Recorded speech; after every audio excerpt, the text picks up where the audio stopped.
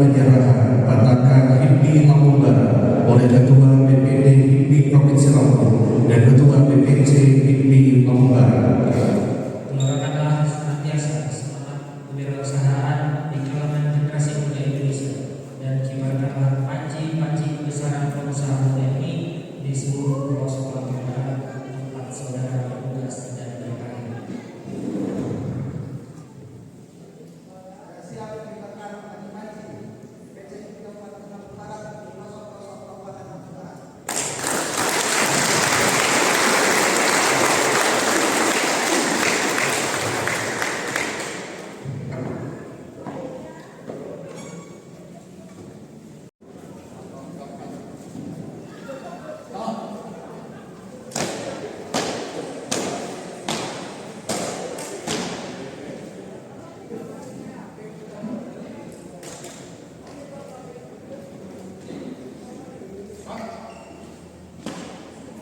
Dilanjutkan dengan sesi foto bersama.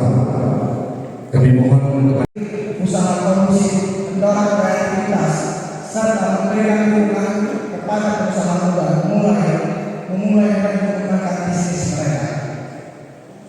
Dalam upaya mewujudkan bisnis tersebut, kami akan untuk mempermudah akses pasar dan kolaborasi antar pelaku usaha. Dan ketiga, pengembangan inovasi produk serta teknologi yang sesuai dengan kebutuhan pasar saat ini.